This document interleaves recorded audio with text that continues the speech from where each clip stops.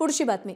मराठवाड्याच्या 8 जिल्ह्यांमध्ये विविध कारणांनी सरकारकडून मिळालेल्या इनाम आणि देवस्थानच्या जमिनी वर्ग 2 मधून वर्ग 1 मध्ये आणण्याचा निर्णय राज्य सरकारने घेतलाय।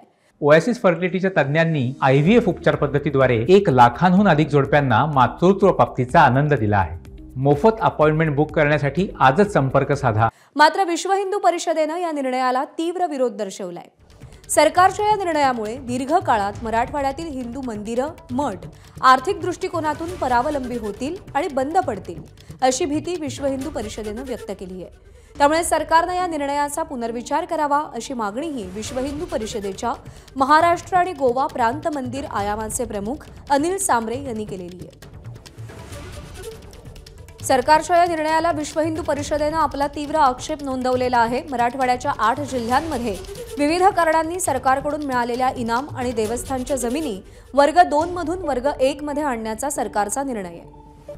आपल्यासोबत विश्व हिंदू परिषदेच्या मंदिर आयामाचे महाराष्ट्र आणि गोवा प्रांताचे प्रमुख अनिल सांबरे सर आहेत। अनिलजी, महाराष्ट्र सरकारनं मराठवाड्यामध्ये ज्या इनाम जमिनी आहे म्हणजे धार्मिक संस्थांना जोडलेल्या ज्या जमिनी आहे ते वर्ग 2 पासून वर्ग 1 करण्याचा निर्णय घेतलेला आहे। मात्र विश्व हिंदू परिषद या निर्णयाला विरोध का करत आहे किंवा विश्व हिंदू परिषदेचा या निर्णयाबद्दल समाधान का नाही आहे? नाही, नमस्कार। मराठवाड्यातल्या या जमिनी मंदिरांच्या आहेत त्या ऐतिहासिक काळापासून मंदिरांच्या ज्या वर्षभर चालणारे कार्यक्रम असतात, व्यवस्था असतात, उत्सव असतात, त्यांच्या खर्चाची तजवीज म्हणून ही त्यांनी वेगवेगळ्या राजे महाराजांनी, भक्तांनी, भाविकांनी दिलेली आहे। त्यामागची कल्पनाच अशी आहे की या शेतीचं उत्पन्न वापरलं जावं आणि शेती विकली जाऊ नये, कारण ही जमीन हेच त्यांचं एकमेव आणि कायमस्वरूपी उत्पन्नाचं साधन आहे। आणि अनेक वर्षांपासून कोणत्याही सरकारच्या मध्यस्थीशिवाय किंवा कोणाच्या हस्तक्षेपाशिवाय किंवा सरकारला त्यात काहीतरी मागे लागण्याशिवाय, पैसे दिल्याशिवाय ही सिस्टीम चालत आलेली आहे। आणि आत्ता ज्या पद्धतीने याचा निर्णय झालेला आहे त्याच्यातले 2 परिणाम होतील। एक परिणाम, यांचं कायमस्वरूपी उत्पन्नाचं साधन बंद होईल, नंबर 1। नंबर 2, याच्यातून त्यांना मिळणारी जी रक्कम आहे ती अतिशय तुटपुंजी आहे, कारण 40% रक्कम सरकार जमा केली जाणार आहे। आणि या जमिनीवर जे वेगवेगळे कब्जे आहेत, अतिक्रमण आहेत, खरं म्हणजे हे अतिक्रमण दूर करून ती मूळ मालकाला परत केली पाहिजे, ही सरकारची जबाबदारी आहे, ती त्यांनी निभवावी असं अनेक न्यायालयीन निर्णयात सांगण्यात आलं आहे। सर, मी त्याच प्रश्नावर येणार होतो। ज्या जमिनी मंदिरांकडे, धार्मिक संस्थांकडे, त्याच्यावर बऱ्याच ठिकाणी अतिक्रमण झालेले आहे, त्यामुळे त्या जमिनीचा फारसा उत्पन्न, जो तुम्ही म्हणताय की मूळ हेतू जो आहे तो पराभूत होईल, उत्पन्न कायमस्वरूपी तो बंद होईल। मात्र कब्जे आणि अतिक्रमण असल्यामुळे त्याच्यातून उत्पन्न मिळत नाही आहे, तर कुठंतरी सरकारने हे कब्जे, हे अतिक्रमण दूर करावे अशी आपली मागणी आहे। बिलकुल मागणी आहे आणि आमची म्हणजे सगळ्याच देवस्थानांची मागणी आहे, कारण कोणत्याही सरकारची हीच भूमिका असते की त्याच्या नागरिकांचं अधिकाराचं, कायदेशीर अधिकाराचं रक्षण त्यांनी करावं आणि त्याच्या बाजूने उभं राहावं, आणि म्हणून ही त्यांची भूमिका असलीच पाहिजे। आत्ता अनेक ठिकाणी अशी आहे की देवस्थानांजो 500 एकर जमीन आहे पण त्याच्या जो दिवाबत्तीच्या खर्चाची सोय नाही आहे या अतिक्रमणामुळे, त्याच्यातून तोडगा हा काढला गेलेला आहे। या अनेकांची जशी मागणी होती, यात दुसरा एक भीती अशी आहे की अशाने तर अतिक्रमण करणाऱ्याला अजून फावेल की ठीक आहे अतिक्रमण केल्यानंतर, आणि आज आपल्याला पाहतो की एक कब्जा नसलेली जमीन म्हणजे अतिक्रमण नसलेल्या जमिनीला मिळणारा रेट आणि अतिक्रमण असलेल्या जमिनीला रेट याच्यात खूप फरक पडणार आहे। त्याच्यामुळे मूळ त्याच्या बाजारपेक्षाही कमी किंमत त्या जमिनीला व्यवहारात मिळेल आणि त्याच्यातून फक्त कमी 40% मंदिरांना मिळतील। असं कमी कमी करून एकीकडे उत्पन्नाचं साधन संपेल, दुसरीकडे प्रत्यक्षात कमी पैसे मिळेल। तर भीती आम्हाला अशी वाटते, अनेक मंदिरांना भीती अशी वाटते की मग आमच्या एकूण ज्याला आपण म्हणतो उपजीविका किंवा मंदिरांचं काम करण्याचं जर सोयच नाही राहिली तर हे आमचे मठ मंदिर चालतील कसे, किंबहुना ते बंद पडतील की काय, अशी भीती अनेक मंदिरांना वाटते आहे। म्हणून याचा विचार शासनाने करावे अशी मंदिरांच्या वतीने आमची भूमिका आहे।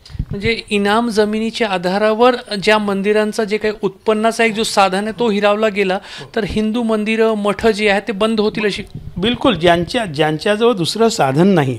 आपल्याला दोनच काही मंदिर असे दिसतात की बॉस खूप भक्तांचा ये जा आहे, त्यामुळे पैसे खूप आहे, भरभराटीला, अशाच बातम्या आपल्याला वाटतो आणि प्रतिमा आपल्या मनात तशी तयार होते. पण ग्रामीण भागातल्या अनेक मंदिरांची स्थिती अतिशय वाईट आहे. मगाशी म्हटल्याप्रमाणे त्यांना दैनंदिन खर्चाला काहीही रक्कम नाही आणि जे माणसं म्हणजे ते पुजारी असेल किंवा बाकी सेवक असेल ते आपल्या कुठल्याही अपेक्षेशिवाय किंवा कोणत्याही मोबदल्याशिवाय ते काम करता येते म्हणून ते मंदिर आजही चालू आहे. ते जर आजच्या सर्वांच्या अपेक्षेप्रमाणे त्यांनी आपले मिनिमम वेजेस किंवा अजून काही अपेक्षा केल्या तर कठीण आहे मंदिरांचं चालणं.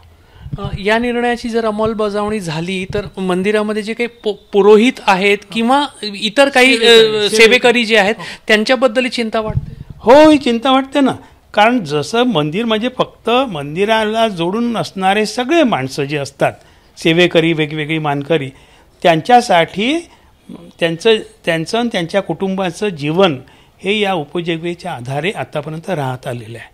आणि मगाशी म्हटल्याप्रमाणे सरकारला कुठलाही खर्च न होता ही सिस्टीम चालत आलेली आहे. ही सिस्टीम पुन्हा अशीच चालत आली पाहिजे आणि किंबहुना ती बलिष्ठ झाली पाहिजे, हा त्याच्यातला आवश्यक भाग आहे.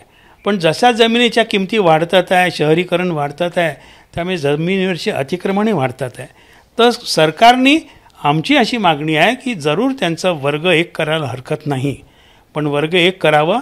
सरकारने या जमिनी आपल्या विकत घ्याव्या, जशा एखाद्या प्रोजेक्टसाठी त्या जमिनी विकत घेतात आणि मग त्याप्रमाणे त्यांना केला तर यांची स्थिती भक्कम होईल आणि पुन्हा सरकारला याच्यामध्ये यांना मदत करण्याची गरज पडणार नाही. विश्व हिंदू परिषद म्हणते की सरकारच्या या निर्णयामुळे भविष्यात मंदिर मठ जे आहेत ते आर्थिक दृष्टिकोनातून परावलंबी होतील, अडचणीत येतील आणि बंद होण्याचा त्या एक सुरुवात होईल. कुठेतरी सध्या हिंदुत्वाचा वारसा सांगणारं सरकार महाराष्ट्रामध्ये सत्तेत आहे, त्यांच्याकडून अशा निर्णयाची अपेक्षा विश्व हिंदू परिषदेला नव्हती. नाही, असं मी म्हणणार नाही. कसं असतं की एखादा प्रश्न आपल्या समोर आल्यानंतर सरकार चांगल्याच भावनेने ते सोडवण्याचा प्रयत्न करत असतं आणि आपल्याला असं वाटतं की हे सोल्युशन चांगलं आहे. पण जे संबंधित अनेक पक्ष असतात त्या पक्षांच्या वेगवेगळ्या भूमिका, गरजा असतात. म्हणून आम्ही असं म्हणतो की मंदिरांच्या संबंधित ज्या संस्था आहेत, विश्व हिंदू परिषद आहे, यांच्याशी चर्चा करून मंदिरांच्या हिताचा निर्णय सरकारने घ्यावा आणि त्यासाठी या निर्णयाचा फेरविचार करावा अशी आमची मागणी आहे.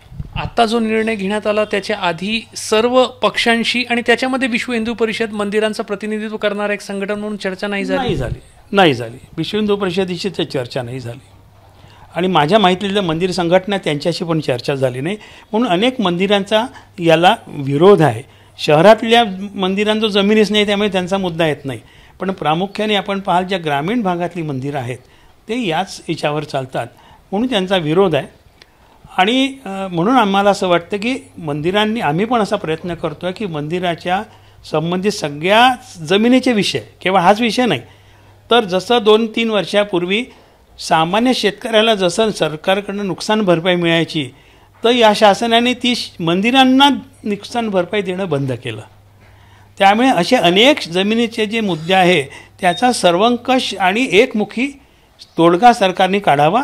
त्यासाठी अभ्यास समिती तयार करून मंदिराशी संबंधित सर्व मंडळींना, विश्व हिंदू परिषदेला त्यात सहभागी करून घ्यावं आणि मंदिराच्या हिताचा निर्णय करावा.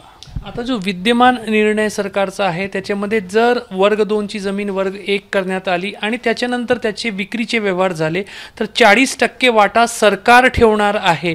मंदिराच्या संबंधित मंदिराच्या आधिपत्याखाली असलेली जमिनीच्या विक्रीतून होणाऱ्या व्यवहारातून जो उत्पन्न मिळणार आहे त्याच्यात सरकारने वाटा ठेवावा, हेही गैरलागू वाटते. बिलकुल गैरलागू आहे. जसं उद्या तुमची जमीन आहे, तुमची जमीन विकल्या गेल्यानंतर ते पैसे तुम्हालाच मिळतात सगळे.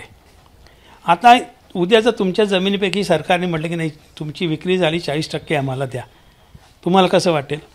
तसं मंदिराची जमीन आहे, मंदिराच्या कामासाठी दिलेली ती दिली आणि या सरकारने ती जमीन दिलेली नाही आहे, वेगवेगळ्या लोकांनी दिलेली आहे.